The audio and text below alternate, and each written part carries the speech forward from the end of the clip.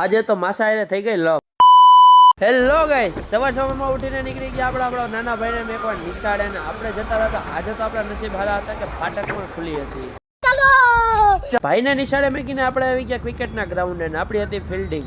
પછી આપણે ફિલ્ડિંગ કરીને જતા હતા ને તાર તો અમારા સાગરભાઈ કે હું લેગ સ્પિન બોલર છું.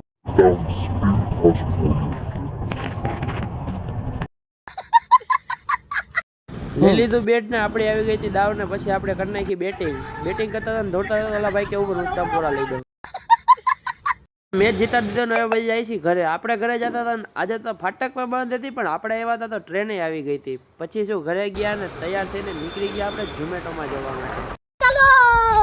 આપણે ગયા ને ફૂલ સાબે તા તો હિતેશભાઈ કે મારે પડી ગયો છે ઓર્ડર તો હું જાઉં છું. મેં કીધું વાંધો નહીં. તા તો અમારા જોયુભાઈ કે બધા લાઈક અને સબસ્ક્રાઇબ કરી નાખો તો હાલો તો ફટાફટ.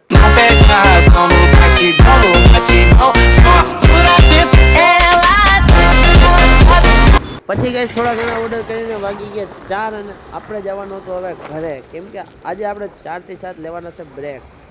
તડકો હતો ફૂલ બારે. 7 વાગે ઉઠીને આપણે ગયા માસા પાસે ને તા તો માસા કે લાવ ને તારો વિડીયો ની હગીનો થતો હવે અને દઈને વસ્તુ દઈને આવી ગયા આપણે જોનમાં ને પી લીધું બદામ છે. જો તમે પીવો તો ટેસ્ટ કરો કેવું છે. પછી આવી ગયા આપણે રેસ્ટોરન્ટ ને તા તો રેસ્ટોરન્ટ વાળા ભાઈ ગેમ રમતા હતા. પછી મેં કીધું ઓર્ડર લાવો મારો. પછી ઓર્ડર આપ્યો ને આપણે ઓર્ડર લઈને નીકળી ગયા કન્ટિન્યુ ઓર્ડર કરવા. પછી આપણે થોડા ઘણા બાકાજીકી વાળા ઓર્ડર કર્યા ને પછી આપણે જવાનું હતું હવે ઘરે જતા હતા ને રાજભાઈને લાગતી હતી ફૂલ ઠંડી. પછી તો ગાઈસ તમારો ભાઈ બંને ટાઈટ નથી લાગતી અને અમારા આરકે ભાઈ ને જો બાકાજીકી વાળી ટાઈટ લાગે છે.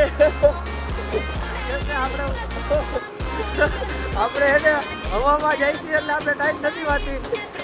ટાઈટ તો વાય પણ કેવા કોને જવું.